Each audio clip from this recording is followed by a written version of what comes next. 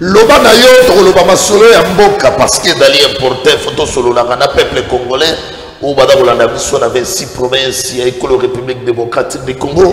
Loba na yo to loba na ba congolais ya diaspora ou bada kolanda biso na chaîne na biso ya YouTube ou to da ko senga na bino comme d'habitude de bo s'abonner, bo aimer, bo partager ma vidéo na biso puisque comme la ba congolais nyoso. Revendication na bino, le numéro est affiché dans vos postes de téléviseur. Vous avez la nabiso depuis Kinshasa, vous avez la nabiso partout dans 26 provinces. Na perfecte télévision, na nyota télévision, vous avez la nabiso partout. Donc allez heureux, ah on a quatre plateaux na biso na rendez-vous quotidien. Et permettre à biso tout ça l'analyse, tout ça le débat et permettre que les téléspectateurs et surtout ce qui concerne manger de l'air et d'aller peu préoccupation pour la mission.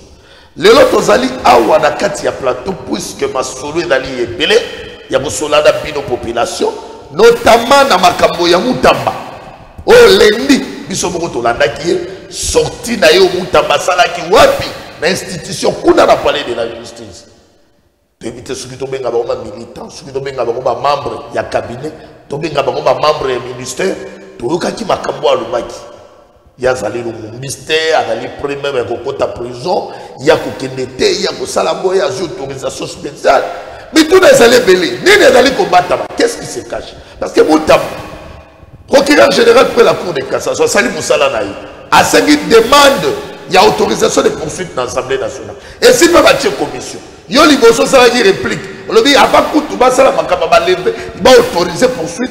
Nada premier même, il y a Mokete.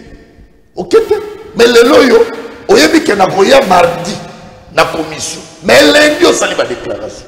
Qu'est-ce qui se cache derrière ces dossiers? Préoccupation à nous. Il y a mis malade au côté il y a discours, il y a Kabila. Kabila, oui, discours na yo et le 23. Après, on a Kabila, tu yo qui a quitté na Goma. Na Goma, on a dit Kabila, ça n'a agenda na yo, on a demandé consultation. Est-ce que la Constitution est autorisée Kabila? Il n'y a pas ça dans la consultation. La consultation est qui a l'immotion la première à Royamba, Alliance Fleuve Congo M23, après il y a mis ma profession religieuse. Est-ce qu'à Royamba peut Modeste Bati, à Royamba peut Félix Antoine Tshisekedi, mais tout dans on a dit, on dit position à Doha. Donc pour bâtonner son mandat, on va envisager paix. Mais paix, ici dans l'île. Préoccupation à biso awa na kata plateau intervention à téléspectateurs et vous comme la biso awa na kata plateau na biso en direct na perfecte télévision luba na yo ngana peuple to dali ko solo là et le monde invité na biso Arma Mukulu président Boyamba. Merci Ndeko Yves. Je suis très content de se retrouver les sous awa na plateau ya luba na yo ya perfecte télévision comme ça a été annoncé. Il fallait tout kutana rendez-vous na biso ya lelo. Mais un peu solo là par rapport à l'actualité mboka to pesa ya biso pe makanisi pour le développement mboka na biso et puis par rapport à maenyoso ezo za la lokola ba fait saillant pour na makambo itali mboka na biso. Très bien, donc pour mettre les téléspectateurs ba dola na yo de logo loba na yo. Oui oui, to loba na biso parce que mboko eza ya biso. Sans tabou mon frère, mboko eza ya biso. Oyebi nga na za les rares des personnalités politiques qui répondra facilement à l'invitation et à journaliste. Et donc, parce que biso na bino, tout dans un contrat, c'est moko et servir la population.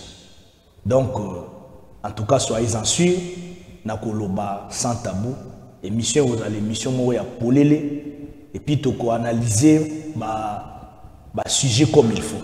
Très bien. Invité la mission d'Ali la partie AFDC. Il y a honorable deuxième vice-président du Sénat, le professeur Modeste Bati Lukwebo. Il y a des toyamiers awa. Puisque ton petit solo, il y a professeur Modeste Bati Lukwebo. Pesanga la première vidéo. Kabolangai. Pesanga vidéo mon panti au tiki ngai siko. Apimisa makambo na na yango awa. Campagne éveil patriotique. Oh mon amoka le professeur Modeste Bati honorable deuxième vice-président du Sénat à Kitaki kuna un espace. Krakatanga, on a précisément dans Okatanga où il y a qui na Lubumbashi accueil boni population ba yambaki éveil patriotique bon ani na poningo ngaoyo population ba yambi message na indegeni. On commence avec la première vidéo, on suit d'abord la vidéo. Les retours après.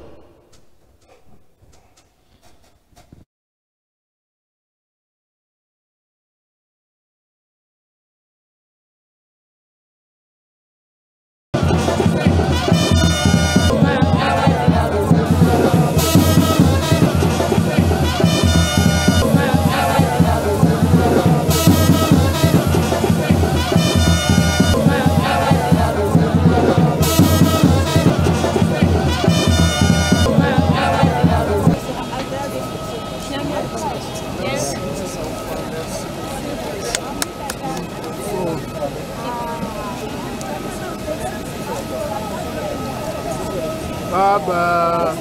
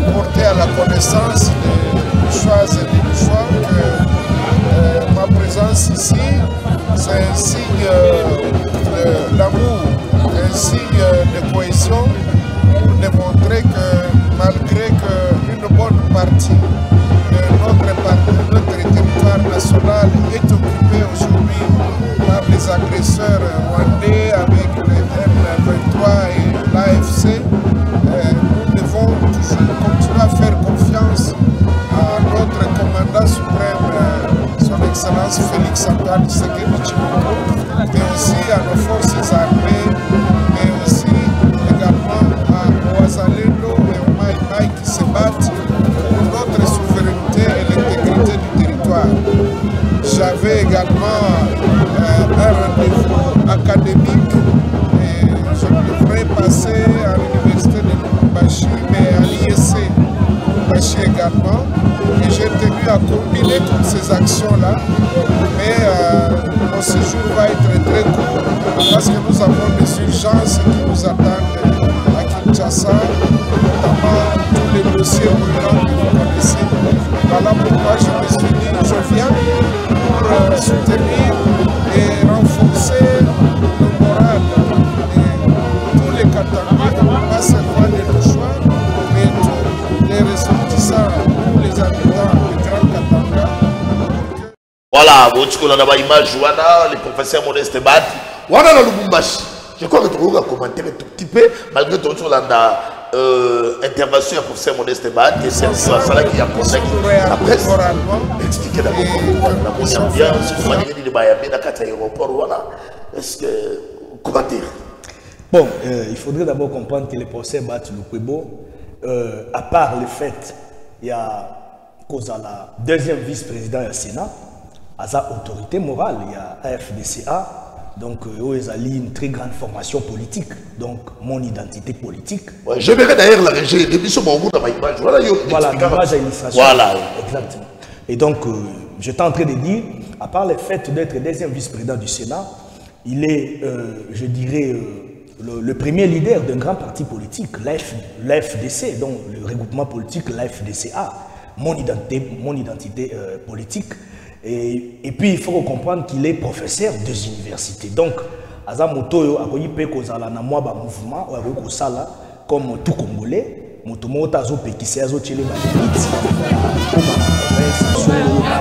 et donc, ça, c'est d'abord une précision détail. Très bien. Mais Yami Balé, il faudrait comprendre que moi, je suis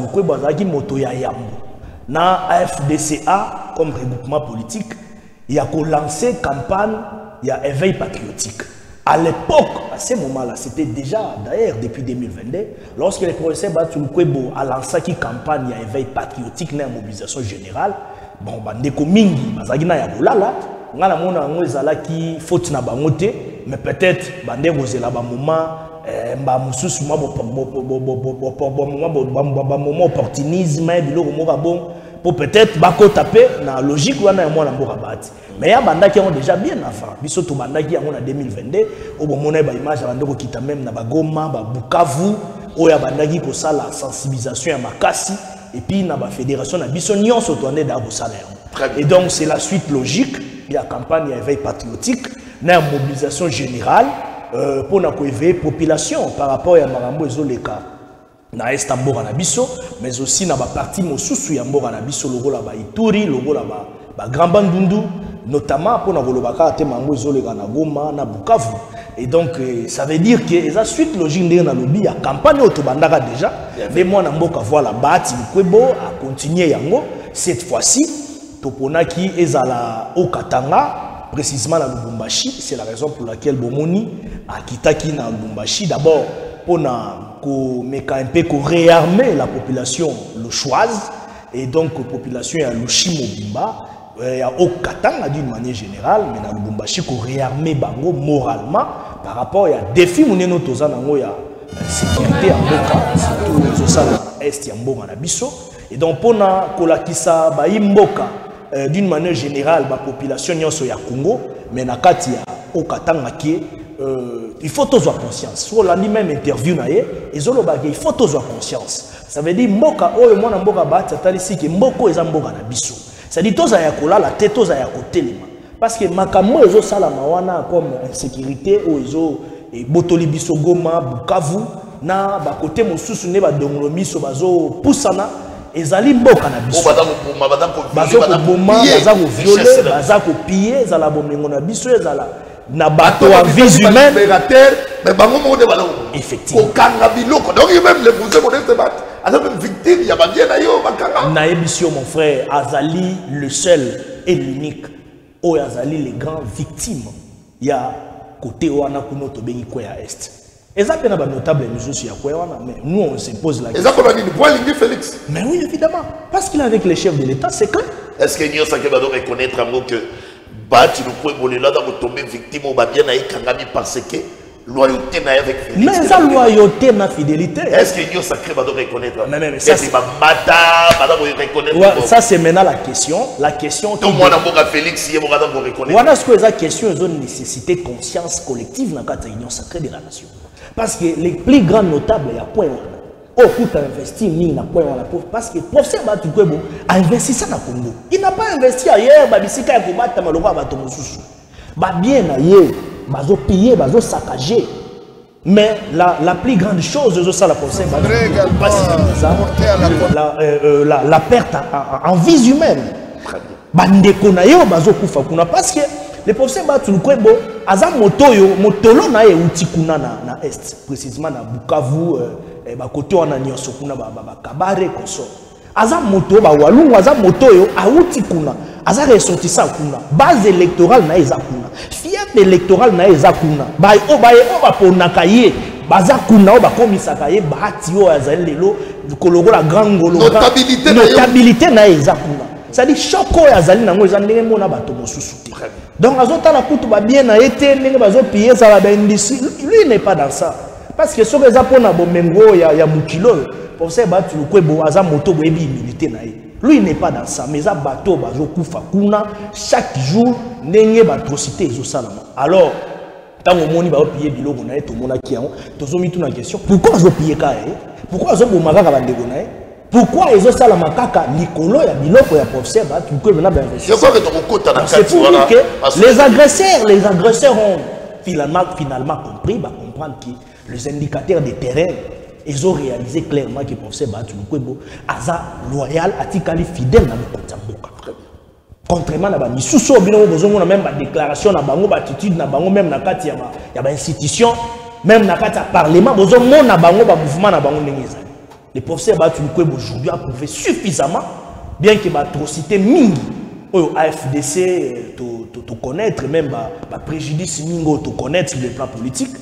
Professeur Batou Kwebo soka zaki moto ya zaki loyal na mokonza mboka te alingaza moto moko déjà kala mamso azaki décision ya mabe parce que ba diabolisation ya makasi koto koyoka ba mbata ba diabolisation koto bato mosu na kata union sacrée ba diabolisation ainsi de suite mais il est resté serein correct dans ses bottes derrière le chef de l'État parce qu'il y a une vision moko nambo boyebi bino moko na ko rappeler te Batou Kwebo ndazalaki moto oyo apesaki union sacrée vie na kati vision ya mokonzi ya ekolo ni tete un Batou Kwebo est-ce que union sacrée to ngai tozo parce que le chef de l'État avait mis sur place au babé na vision.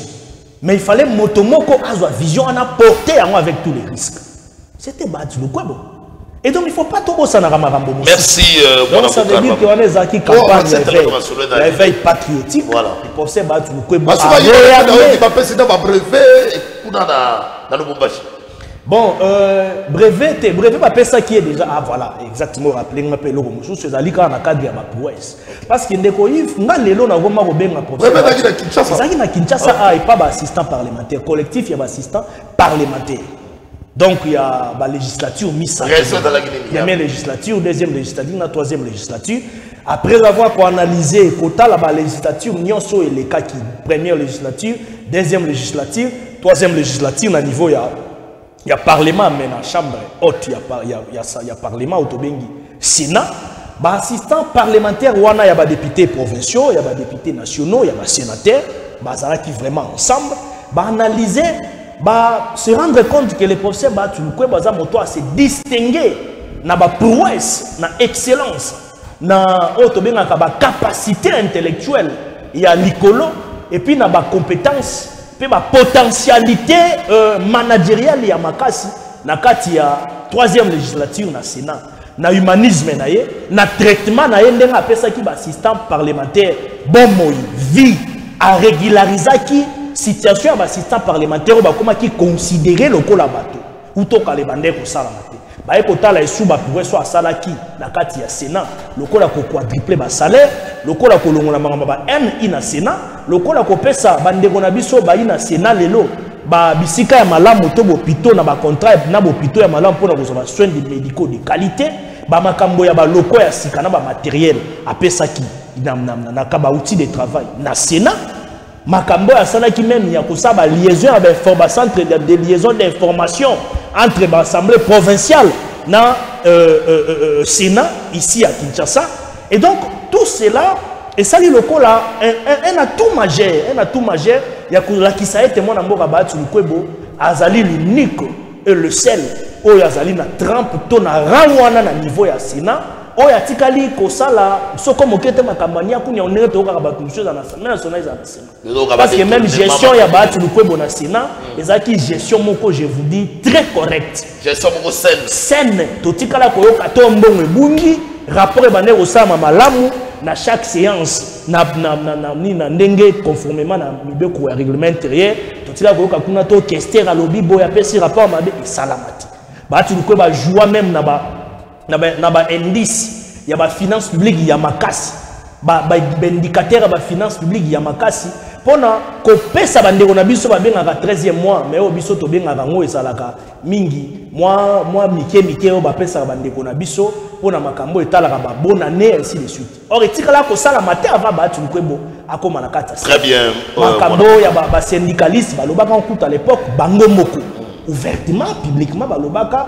ba pesa ba remerciement jour atikaka déposera ba clé maboko pembe atikaka Sénat conformément à la loi et donc ça qui pour na bonde ba pesa qui est brevet pour assistant parlementaire pour na kola qui ça a été ba tu le kwebo conformément na ba prescrit il y a règlement intérieur à tout ça qui a pour apesa ba assistant parlementaire bon donc ça ka ba rappel merci au moni ya mokiliso sala malamu ba topé na zotala et moi nous vivons exactement la rara moto kufate soki mutanda ko sa musala malamu il faut pas qu'on donc ça c'était justement pour ça et pour na ba mamba lumbaché za qui continuité à campagne éveil patriotique comme on l'avait fait ici dans Fikine après ba to koloba bilobe là ba tia voyager o akimi biso ba ndeko sekisa biso parce que moka na eza mboka o akima gende wa les professeurs ba tu kwebo a dit ceci il faut to intérioriser ba voix nyonso o ekoki mabiso na kimia na paix o mokonza mboka zo mabiso yango ne message na ye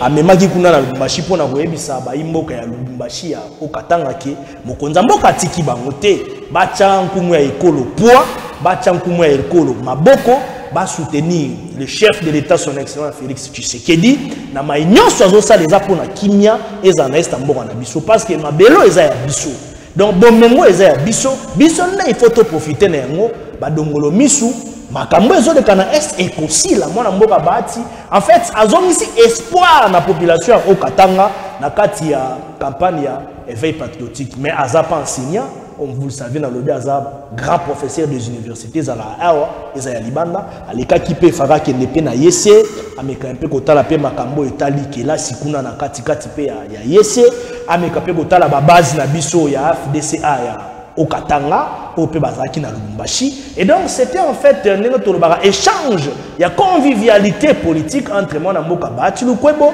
Il y a des autorités morales, il y a un regroupement politique FDC, les mieux installés dans le Congo, les mieux implantés au Congo, na bomba kama lobanate na lobaka yango ezaka lolendo pour na biso pour bati aza structuré, aza organisé. Peut-être organisation n'est pas robota ba jalousie. Merci Arma Mukulu. Donc c'était dans ce sens-là, c'était ça les messages. Voilà. Merci beaucoup Natika Nagi autant vraiment mais kaipé ko limbolé là. Ba iboko bana bolanda yo ba comprendre. Merci le sens il y a voyage à la Boca honorable deuxième vice-président du Sénat le professeur Modeste Bati. To décoller malam, to kebi. Pour décoller?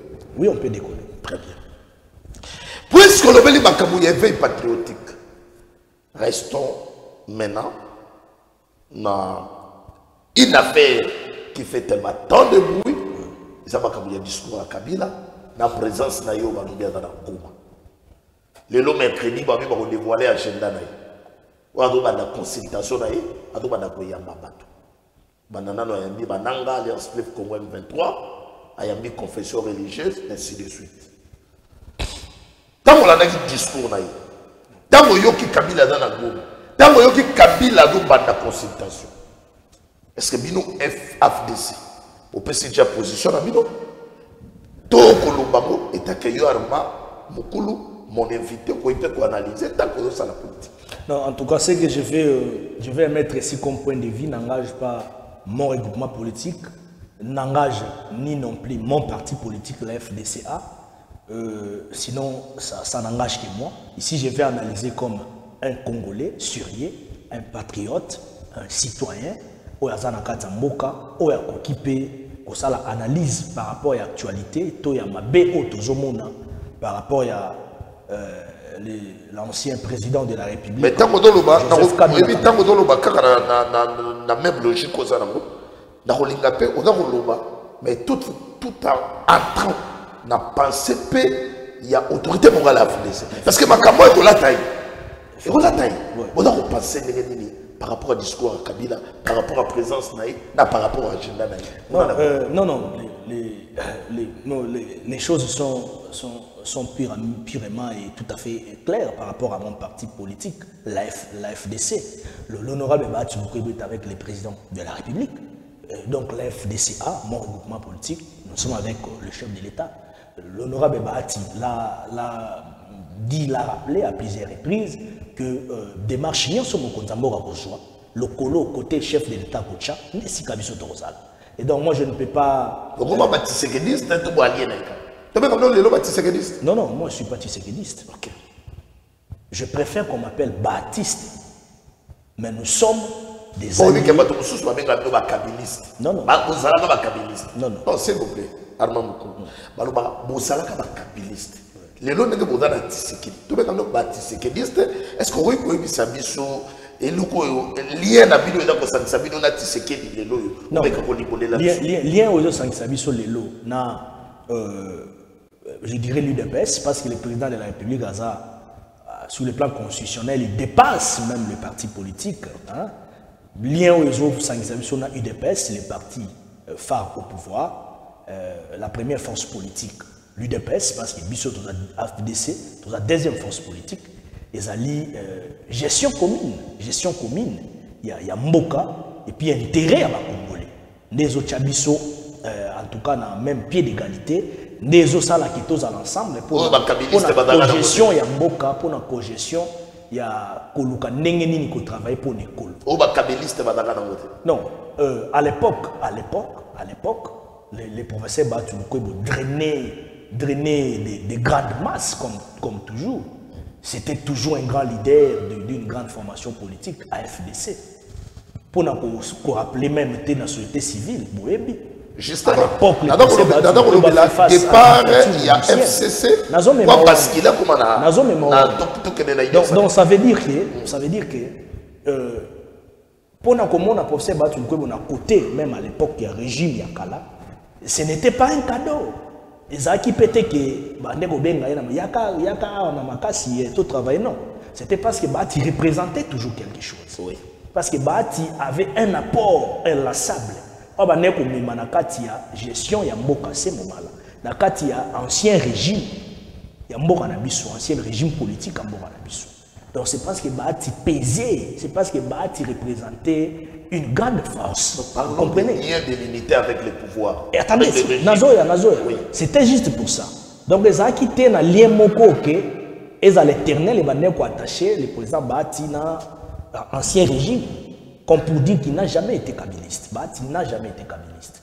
Bati c'est un nationaliste. Biso parti na biso AFDC, to partage la philosophie ya social-démocratie. Donc tout ça va kabiliste. Ça c'est de 1. Les acquis gestion collégiale, des salaki à l'époque, la FDC, et en a 4 institutions dans l'ancien régime, donc avec Kabila et les autres. Alors, actuellement, c'est aussi avec l'apport que le professeur Batou Lukwebo a apporté aux côtés du président de la République, Ndé Sali, tout ça là, ensemble, on a eu des PES avec notre président de la République, le chef de l'État Félix Tshisekedi, une vision d'ailleurs, Ndé tous évolué. Parce qu'on avait d'abord commencé avec l'avènement de la coalition FCC Cash, vous savez, à l'époque. Mais là, moi j'étais encore à la CCI. Très bien. Là, ça la CCI et pas à Honorable Lambert. Bon, nous parlons de l'histoire. Voilà l'histoire, exactement. Même les lots de la FDC, tu dois comprendre quand même toute l'histoire. Non, pour les voler la mission. Exactement. Et donc, à ce moment-là, quand nous étions au sein du FCC, on avait même vu la manière avec laquelle, la mauvaise manière dans laquelle Bisso Bato FCC, ton maltraitant qui professeur Bato Lukwebo. Babiso o na CCI wana. Tout maltraitant il prof bat. Moi j'étais même dans des réunions de couloirs comme ça, il va voir tout il bat là, il va voir. Vous comprenez? Il représente, il se prend pour qui tout ainsi de suite. Or c'est parce que biso bandeko FCC toi n'est pas comprendre les philosophies à prof bat. Le professeur bat c'est quelqu'un de correct, c'est quelqu'un de dignité. Aza muto aza sérieux na maramba sala. C'est quelqu'un de méticulé même dans les détails. Il y a des détails qui m'ont été, même sur le plan structurel, même l'organisation, il y a vie, il y a politique. Alors, à un moment donné, nous sommes quelque part, il y a un ça ne va pas, et que Makamou est aligné salama contre la nature de l'intérêt général de la population. Azaka Moto di Bossoa claqué portatique. Avec beaucoup de risques, périls. Bon, mon aki a FCC, to tindika qui est dans ma casse. C'est-à-dire, il y a le colato. Botomoni ke muto na philosophie na biso ya mabe à FCC azo kokango sous-souté. Alors on l'avait presque poussé à la porte. Et c'est comme ça que à loi qui n'a pas FCC, vous en comprenez, avec beaucoup de risques. Bah tu as pris beaucoup de risques dans ces pays après avoir quitté le FCC. À ça l'exil forcé à to komi ko ba FCC ba komi ko landaya lokola nya ou non pourquoi ba bomai. Avec voyager na ndenge moko tout clandestinement.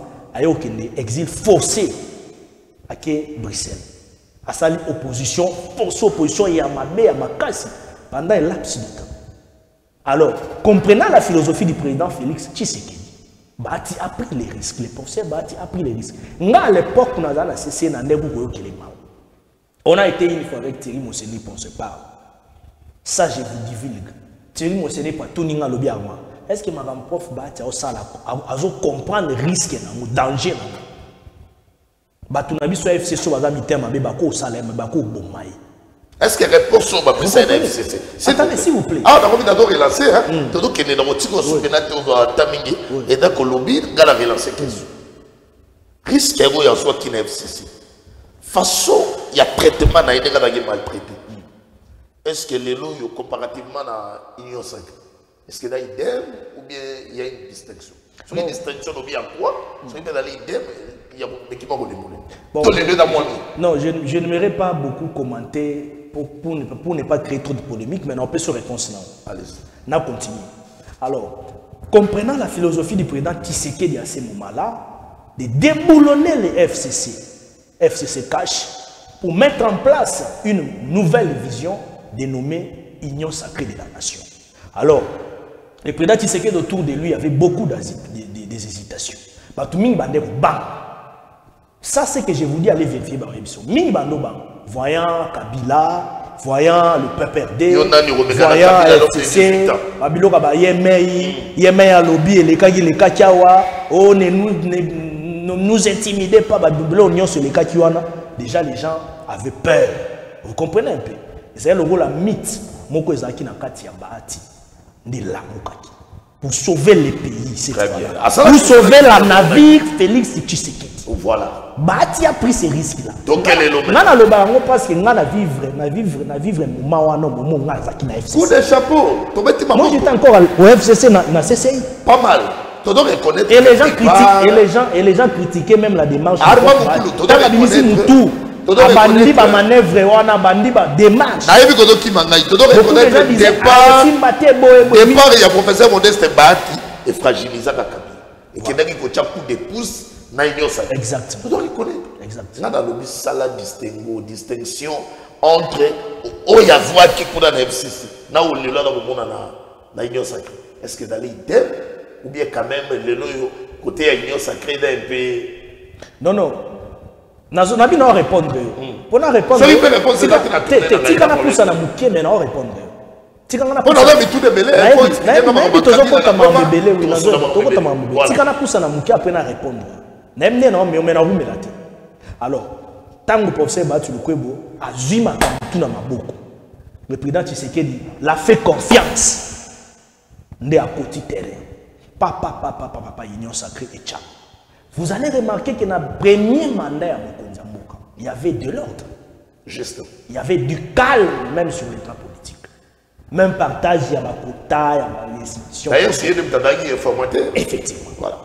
Donc, au Kate, au Koto, Bitumba, au Boye, en tout cas, il y avait de l'ordre parce que déjà l'élément déclencheur, c'était Bahati Lukwebo. Vous comprenez? Nabandeko, nyonso bandeko, finga, bandeko, boya koya na union sacrée, bae koya na souka. Biso au CCI, na ba vie mende. Tu as souka. On hésitait même. Tout comme vous forcez vient à ma casse, tu forcez pour ma casse, token. Mais on a bâti déjà kala journaliste qui a vandissima solo maramutu kitoko. Et donc, pour ne pas entrer dans les détails, pour oh non, les populisme, non, le professeur Bahati n'est pas dans ça. À ça, on ne va pas sauver Mboka. Parce qu'on ne pouvait pas comprendre que le président de la République est chef de l'État, mais qu'il y a un camp où ils ont manqué respect à la commissaire le rôle la master. Répondez-moi, tout tourner page. Alors, pour nous répondre, nous avons une faille mingi à l'union sacrée du côté de diabolisation. Entourage ya Mokonzamboka. Diabolisation. Il y a trop de flatteurs qui ne représentent absolument rien sur le plan politique. Qui ne sont pas prêts à amener ne serait-ce qu'un petit apport au président de la République. Entourage à vous à Kabanani. Mais s'il vous plaît, mais des véritables alliés de taille du président Tshisekedi. Donc on a ma prof Bahati Lukwebo. Nde entourage wana bakota ka badiabo. Entourage à Makambu. Même plutôt Nicolas Kazadi. Il a parlé de l'entourage du chef de l'État. C'est la question. Nayo, tout le monde se pose des questions. Entourage, non, mais écoutez, moi je l'ai toujours dit. Toujours. Les côtés humains du président Tshisekedi. Oui. Joseph Kabila n'a jamais été humain. Le président Tshisekedi, c'est un humain. Hein? À sa moto, à peine à monter ma moto. Oh, Kabila non, Kabila a monté ma moto. Kabila moto Zamba. Non. C'est ça les côtés du président. Et puis le président Tshisekedi, à sa moto, à sa bolingo ya Congo Makasi. C'est un véritable Congolais nationaliste. Un véritable Congolais nationaliste. Le président Tshisekedi est prêt même à donner sa vie pour ce pays. Yves Sena Lobeloko n'a pas pour ça même à très bien. Donc, le président Tshisekedi est prêt à donner sa vie pour ce pays. C'est pourquoi mon même dit Ming sur le plan international aussi qui vient. Parce qu'il pouvait aussi dire au nom d'une paix utopique, une paix Yambala, comme ça se faisait à l'époque avec Joseph Kabila. Combien de fois tu signes un accord avec Joseph Kabila? Mais Kuna est toujours mouton. Très bien. Le président Tshisekedi pouvait tout faire ça. Mais soit ça c'est parce qu'on a d'abord le côté intérêt du peuple. Même si nous irons vers les accords, attendant un groupe rebelle ou directement ou indirectement, mais il faut qu'on vérifie à côté Moussoussou. Alors, écoutez, vous les cas l'Assemblée nationale. Il faut qu'on vérifie à côté Moussoussou pour que les côtés intérêts de la population congolaise ils allaient oublier. Très bien. Ils allaient n'engager pas céder. Il y a un moment où on manœuvre les autres salles, on va lanterne les autres salles. Merci à Mamoukolo. D'abord, il n'a pas et donc c'est pour non parce que problème il y a entourage à Mkonzamboka ils avaient un mona loba ngote batonyo soit dans loba mais c'est quoi entourage on tombe tout na la mais bango moko ba ebi bato ba kenda ko tsa ba diabo contre le procès Bahati Lukwebo oubliant tout ce que le procès Bahati Lukwebo représente aux côtés de notre président Tshisekedi. Voilà, donc toi avance. L'IDPS seul ne pouvait pas constituer une large majorité parlementaire. Il fallait qu'il y ait l'AFDCA, token des sous l'élection la deuxième qui est dans mon compte. Toi, il y a sous rapport à Makassi. Très bien. Autre, la deuxième force politique. Merci mon avocat. Toi avance. C'est pas en vain. Moi, je vais déterminer Miké. Toi avance. Oh non, mais oui, on est en politique. Même mon ami Toussaint Béa, le maître avocat que je respecte beaucoup, Aïebi qui est en politique, il y a ce que nous appelons les principes intrinsèques, inégalables, les poids politiques. Qui a fait quoi? Qui a mené quoi? Nani a nani. Parce que tu as la démocratie, tu as la jungle, tu as un pouvoir mouroté et où tu as un coup d'état. Non, le président c'est d'à côté de l'élection. Après l'élection, il faut que tu nani. Par rapport à Taïwana, expliquez la moto. Ah, quoi, bah, Congolais, c'est la constitution, voilà. Papa. C'est la constitution. Voilà. Donc, les moyens de la politique. Pour être politique compte. Alors, ceux qui se comptent aux autres, déraper la bilo quand on les autres. Et donc, ça va frustration. Très bien. Dans tout le monde, Kabila, dans le discours à Kabila, Kabila, la minute sur Azalina, na Goma, Kabila, dans la consultation, de l'agenda, il va publier. Mais inquiétude des alliés, comment Kabila a mboka ou est allé sous-occupé? On a Goma. Kabila continue. Et puis Kabila a dit que Batali Bosso a consulté des bateaux. Basi Massibi Mandogyo va dans bateau va misali ba roi. Kabila a consulté. Kabila n'est nan. Question on est sur comme qu'on ça la moment interrogation dans le toi congolais. Kabila n'est Ndokyo to banego lo badaka M23 daïe. Makambo Félix Akane Koloba. Le loyo sikoyo Kabila ebo aiko matérialiser. Nga pena yo Kabila na FDC. Pona oki na oki kabuya lobi mais kota FDC tisiko na molobiti. Non, vous savez biso FDCA tozara na méthode moko très rodée. Hein, il y a quoi anticiper déjà par événement. Tant que tu as lancé une campagne à éveil patriotique dans la mobilisation générale, tant que moi, je les professeurs, avant de quitter le terrain, les gens n'ont pas compris pourquoi Mbala Liboso, tant que moi, je suis dans terrain. Après, le Mwanae, le a lancé un message contre Monisco, on a créé Pagaille. Les gens ne comprenaient pas. Les gens ne comprenaient pas les gestuels du président Bahati Lukwebo. C'était justement pour la Congolais par rapport à ma vie, nous sommes tous au monde. Par rapport à nous, on a un discours de Kabila, tout ça. C'est-à-dire, nous, à la FDC, on anticipera déjà l'événement. Mais on ne va pas comprendre la bisou malamoté. Tu manifesteras toujours. Oh, Kabila Bimi, maintenant, tout est clair. Même à Bissou, à un moment donné, tu as une réserve. Il y a au côté même en profondeur, il y a un tweet. Tweet, interview, ton nom na mona ya Kabila, oh boy, oh Twitter, oh Kabila m'a créé, oh boy, oh yeah, oh boy. On avait des raisons parce qu'on sait que sur les réseaux sociaux, il y a beaucoup des histoires. Surtout avec l'intelligence artificielle. Mais le jour où moi j'avais suivi Joseph Kabila Kabagne, ancien président de la République, à travers une interview, où lui-même il s'est tenu comme ça debout. Namande Funaï. Oh, azo justifié, azo le mapeke. Makambo ezo sala makuna na Istanbul na biso AFCM 23 ezali aspiration à ba congolais et le quoi ne pesa na mutu non ngalinga na bela mutu joie bato bazo bomba bato bazo violer bazo piller À un moment donné, on a quand même battu. On a un Congolais. Par exemple, on a un Congolais qui est président, on a combien de président, avec ma privilège aux nions sur la Constitution et Pessanga. Avec ma priorité nions sur la Constitution et Pessanga, on a ouverture, on a protection et Pessanga. Pour quand mbala mususu na moni ke na goza frustrer ma musuna makamoko ali nganaya na plateau nga ancien président de la République on a zappé na ba droit na ba devoir ya ba réserve oza la loi spéciale la loi portant protection des anciens présidents de la République ils ont fait non seulement ba privilège mais ba devoir pe na ba obligation tout autant na l'article 5 ya loi wana bazo pese même obligation ba bien une obligation ya réserve a une obligation à dignité envers son État. A une obligation à nationalisme envers le peuple congolais. Babi a une obligation à se comporter le la moto à dire réellement na citoyen. Vous comprenez? Mais si on a une obligation, ba privilège to ebi na biso. So aucune obligation au monde à respecter ta moralité.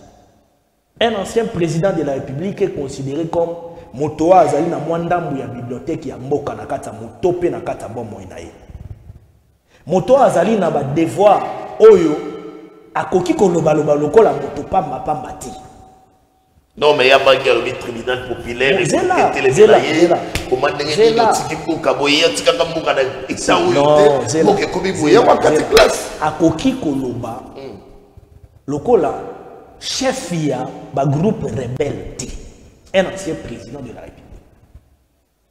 Bon, il y a côté na nengeto yebi nenga kota ki kabila côté na pouvoir nengeto yebi. Biso tous la génération politique à l'éloté to yebi nenga kota. Hein, nenga après loi musée kabila koti à travers peut-être des consensus to yebi. Mais le président Tshisekedi a une particularité à côté na pouvoir na auto bengaka passation pacifique au biso to bakisa to baki civilisé.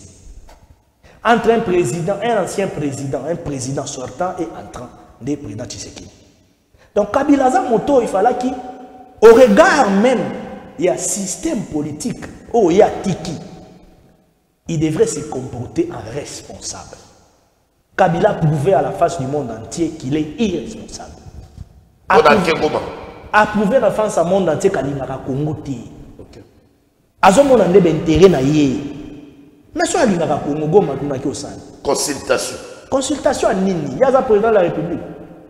Bon, on va consulter comme tout Congolais, mais on va consulter sur quoi? Mais tout le capite. Paye à moi, tout le monde, il faut qu'il consulte pour la gomme. Consultation comme ça, m'a pas ligne, même quand tu as il faut qu'il y ait un gomme. Ah oui, il faut déranger gomme. Ah, papa. Est-ce que Yonanga Toro comme un gomme? Même ministre de la Bisso Moro Mboka, à quoi qu'il y ait gomme? Ah, il y a pour attirer ma colonne, il peut atterrir dans le bon pack. C'était aussi mal. C'est quoi il y a qui vous l'année? Au Pesmaël. Il y a ce quoi vous l'année?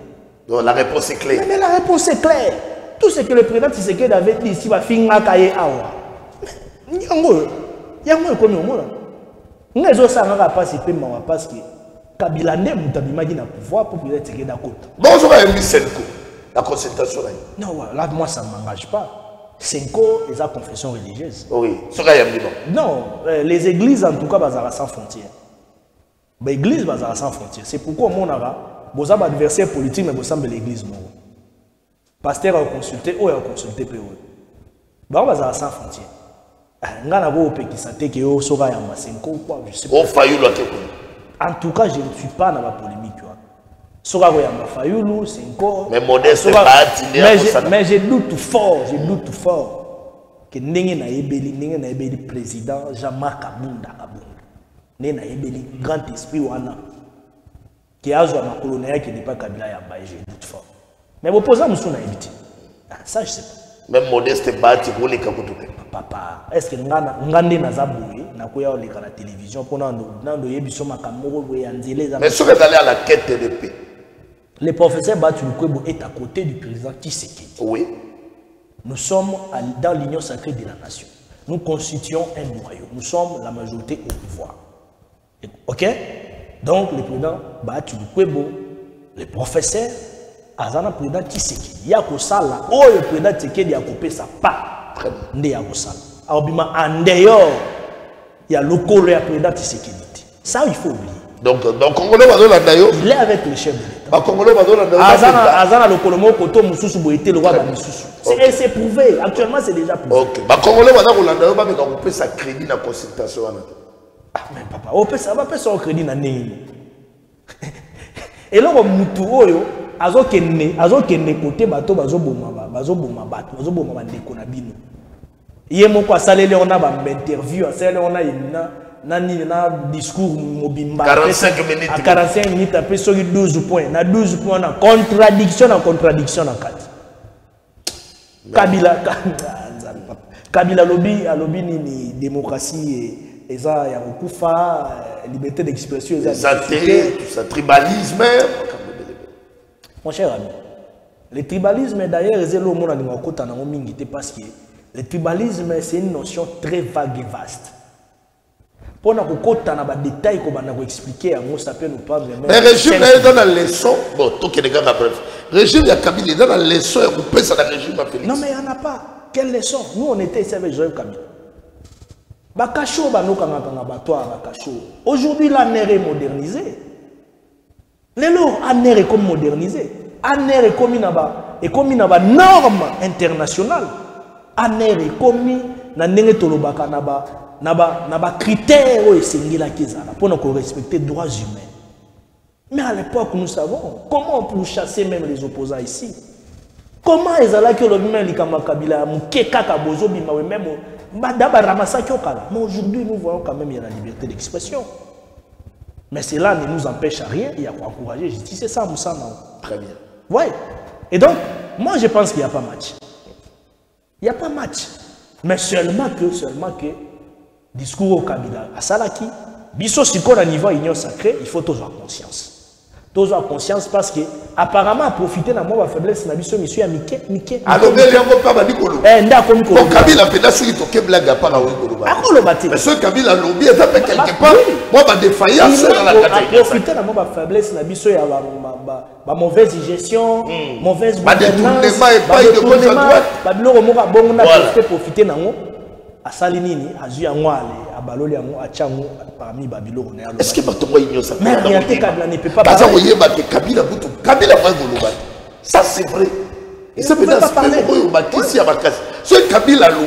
Et dans bato igno ça crée des petits Kabila babi. Les gens qui n'aident pas les chefs de l'État. C'est pourquoi moi j'ai toujours été fier d'appartenir de cette école de Batimoué. Un éminent professeur d'université de Sirkwa. Qui a fait tout son temps et tout son parcours. Sans pour autant toucher à Tanambongo Mokwata ya Mouké ya l'État. Pendant la gestion de l'immobilier. Toka bati to bakangi après ba PC liberté provisoire. Jamais. Toka bati te ba jolandele mbango to na IGF nyuku nyuku. Mais Bati a joué un grand rôle dans ce pays, il continue à le faire. Plusieurs fois ministre. Na souhaité civil coup de golo Bati. Moto musée moko Bati asali nini moko a otobenga conférence ya sur la démocratie tant musée aboya ki marambo ya ba conférence à ce moment là liberté d'expression apekisa ki ba conférence publique tant Bati asali yango musée ya kangi après musée moko a contrôler vérifier tali parcours na carnet na abimisie abino so to jana ba toka ba Bati 3 2 na moko ngoki liboso Arma Bukulu on me fait signe, on a resté avec 2 minutes. Mais d'emblée, Kabila n'a rien à nous donner comme ça. Alors, il s'est pété, nous, on est avec Joseph. Kabila ne représente même pas les 0,000,1%.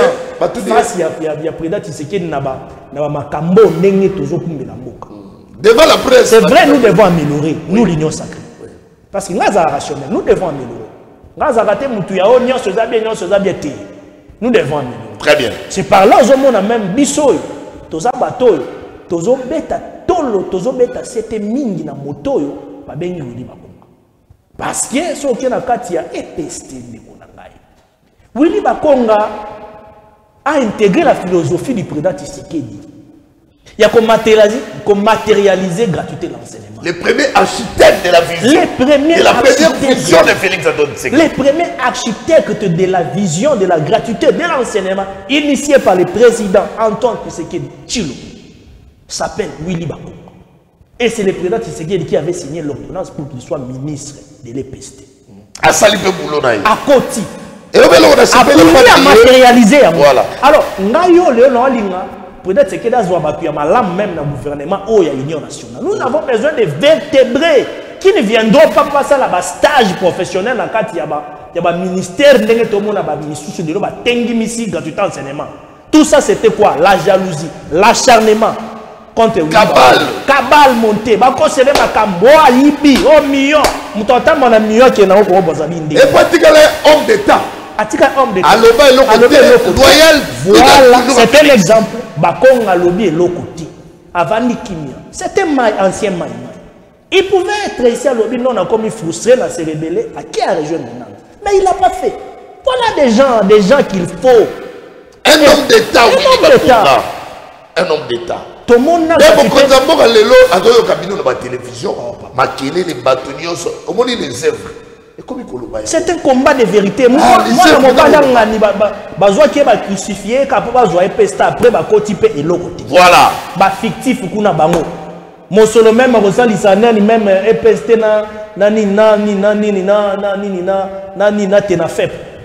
Mawa. Et comme il y a 20 millions, 16 millions. C'était seulement. Avec 7 minutes. Nous voulons des vertébrés comme ça. C'est pour te dire que Ngasoli Moutaza na prouesse na lobaka ya Hong Willy Bakongo. Tous on a posé à vertébré. Vous voyez, oh Willy Bakongo azalaka bout. Non. Tous on a posé à bateau baroko sur chef de l'État. Très bien. Ils ont compté na makambo na lobi wana na kata union sacrée. Il faut bisomo na kata union sacrée toyeba na kobongisa makambo.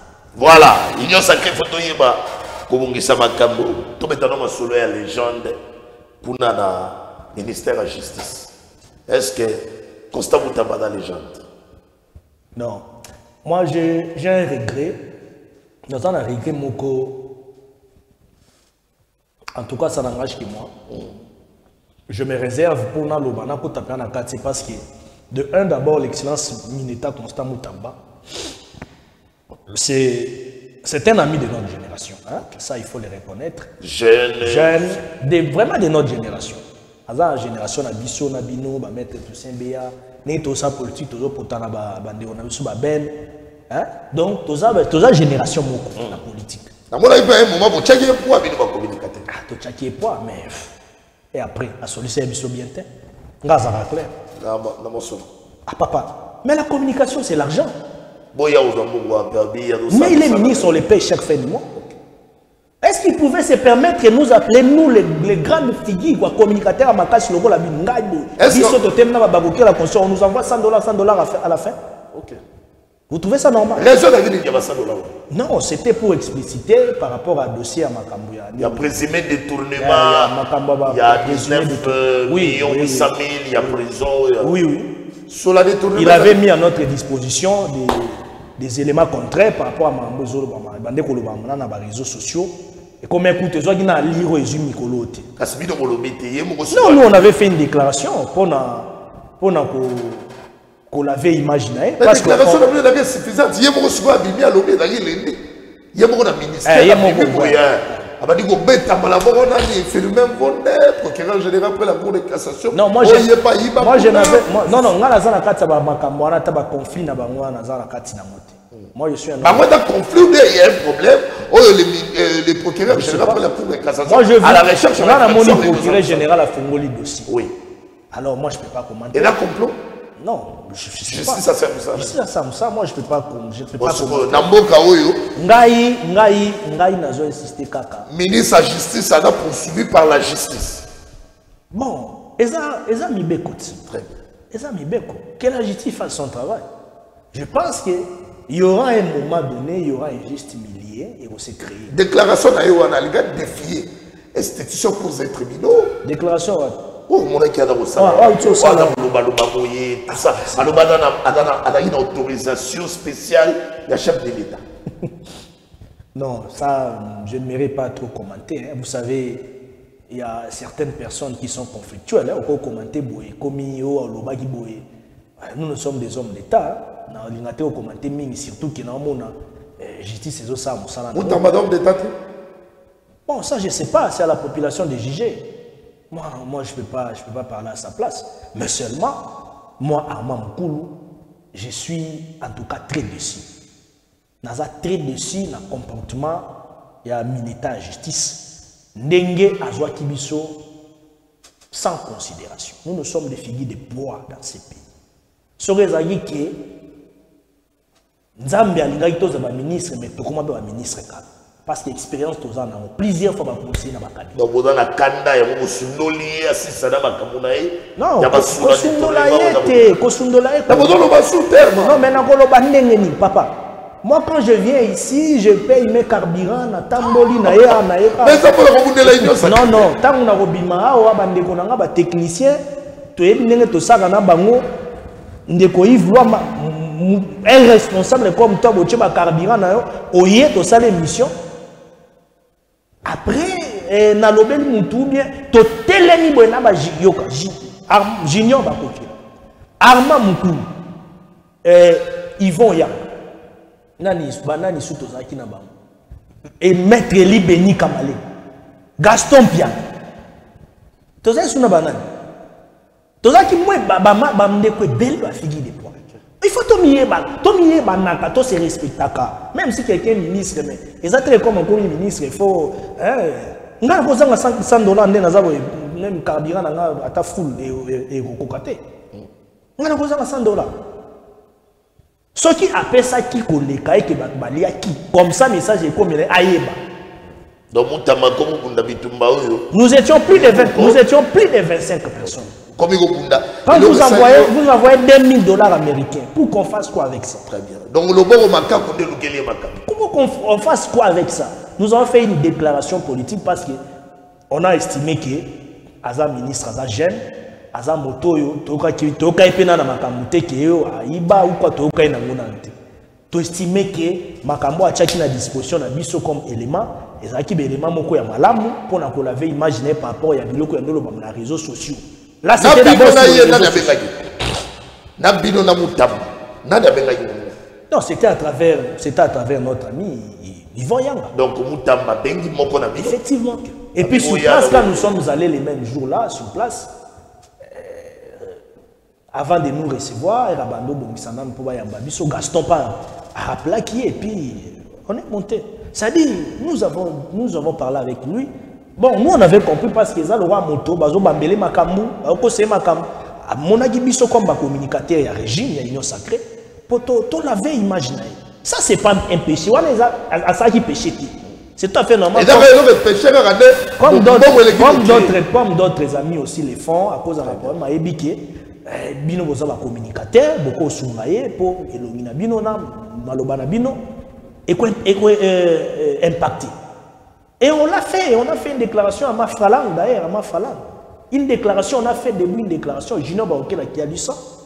Et puis après, on a vu $2 000 Isoya. Est-ce que ça vraiment notre taille? Personnellement, moi je n'étais pas content. Je n'étais pas content. Mais déclaration où tu as état qu'un homme d'État, ils ont mérité? Non, bon, je ne sais pas. La population est mon quoi attends, les mêmes jours où nous sommes les déclarations, nous avons donné des instructions même. Il y a pas de comme si à média on a donné des instructions qui balle qui s'est monté. Mais tout le monde est en prêt tambour. Si vous allez gagner la commission et l'Assemblée nationale, il peut côté d'un lundi déjà, il rappelle à l'Assemblée nationale que il y a ça qui va aller dans une mission spéciale à chef de l'État. Est-ce que l'État de droit est comprimé ou bien dans la bénédiction il y a roi soleil? Non, la tactique à terme, moi j'évite ça. La tactique à terme, au boye. Na mona il peut discours na yango asalaki na mona sur les réseaux sociaux. Les lois intelligence artificielle peut comme au sala ma bébé na ebité so bambela ki maloba ou quoi. Je sais pas. Bon Moutamba, merci pour la lelo to suki wa to ze na ba commentaire na bino nyonso botine la biso. Moutamba elo ke bomieux dans le boko makasi. Bozio pesa ki na ba communicateur yango batikio obunda komba kaji yo moko silisa comme yo moko pe mikolo ko mikoloba. Lobaka kalomba bimisa ba vérité, bimisa biso de Dieu doit qui autorisation spéciale à chef de l'État. Bimisa sous yo so yo moko loba. kotikala nango bolobati na suka likolo loboko makasi na ngai te bakommunikate biso asili tozela baintervention na bino tokutani na mikolo ezali koya merci.